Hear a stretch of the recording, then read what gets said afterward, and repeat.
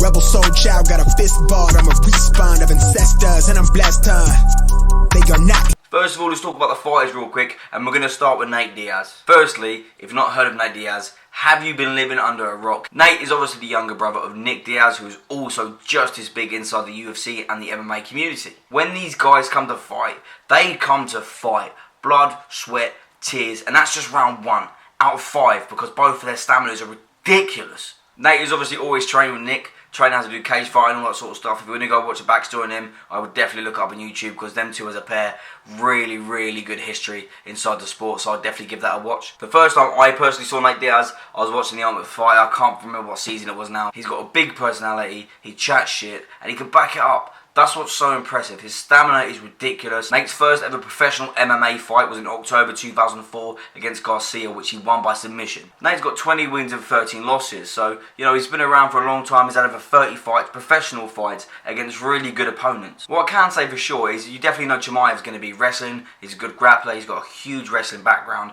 And Diaz actually does okay against wrestlers. If you look at Michael Johnson in the Gray Maynard fight, he won both of those fights. I don't think Chimaev's wrestling is going to be too much of an issue for Diaz, considering he's really good at fighting from the back. He's got really weird, like, long limbs and shit, you know, so he's always going to be able to beat Chimaev to the hit regardless anyway.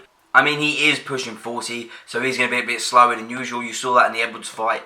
I mean, to be fair, in the Edwards fight, if you look at the ending, I already made a video on this. Edwards destroyed Diaz, embarrassed Diaz, but there was a bit at the end, maybe the last 30 seconds, where he rocked Edwards and he could have finished that fight. Diaz could have finished that fight, but he didn't. And I think that's come with the age. I think that fire in his belly is going a little bit. And I'm not saying he can't win this fight. Not what I'm saying. I personally just feel like his best days are going to be behind him fairly soon. I truly believe that if the money is good enough, Nate will fight anybody. I don't think he'll care. I also just want to mention, this is a bit of a weird fight for the UFC to make. Diaz is a huge name. Chimaev's up and coming. Chimaev has only had a couple of fights in the UFC. I think 5. I mean, to be fair, I think in 2021 he had 2 fights in 1 week, won both of them. So, you know, he's clearly got a lot of hype behind him and he's good at what he does. I don't want to take anything away from Chimaev. His only actual challenger was Gilbert Burns. Everyone else he ran through in the first round and late in the second round. If there is a 5-round fight, right, if this is a 5-round fight and there's nobody else on the fucking main card as the head fight, right, this is going to go 5 rounds.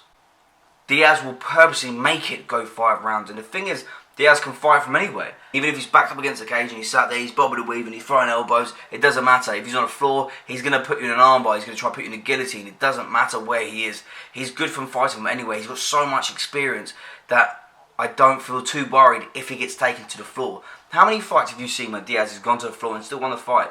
Honestly, I could probably name about 8 or 9, just off the top of my head, you know? Now, at the same time that I'm really excited for this fight, of course, I also kind of feel sorry for Nate, you know?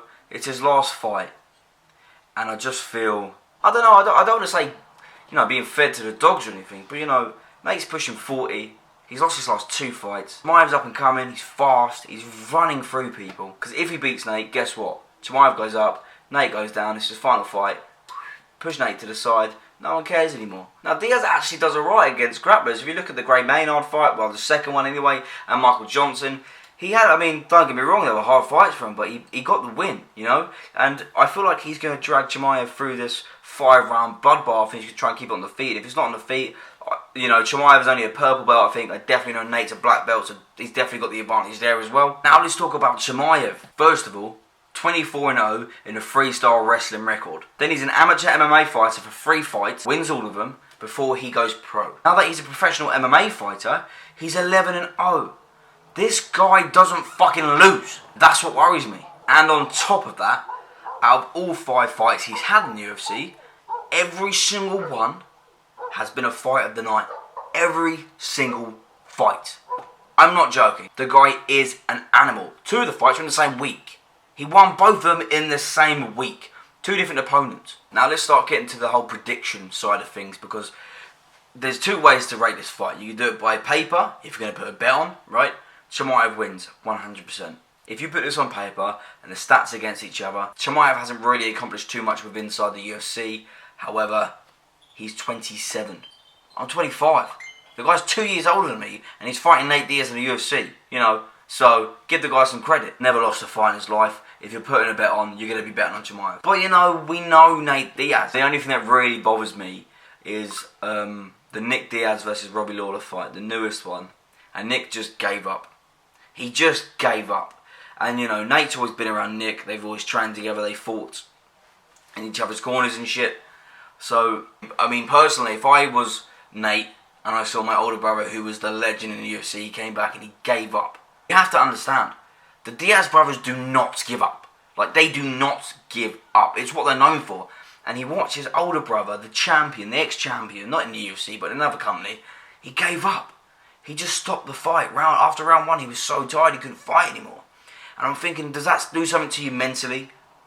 Watching the legend that is your older brother lose because he gave up? And you're sat there going, this is Nick Diaz giving up. Who am I? That's really the only thing I worry about mentally for Nate going into this fight. Purely basing this off what I know of both the fighters, what they've achieved, what they've done, and what I think they're capable of. I think Nate Diaz is going to win it in the 4th or 5th round. But I wouldn't be surprised if Chimaev won by knockout in the 1st or 2nd round. I honestly wouldn't be. I have no idea how this fight is going to go. The only thing I do know is someone's getting choked out or someone's getting finished. Because it's Nate Diaz's last fight inside the UFC, and it's going to be a fucking war. It's going to be a war. Anyway, listen, that's my prediction. I think Nate Diaz will win.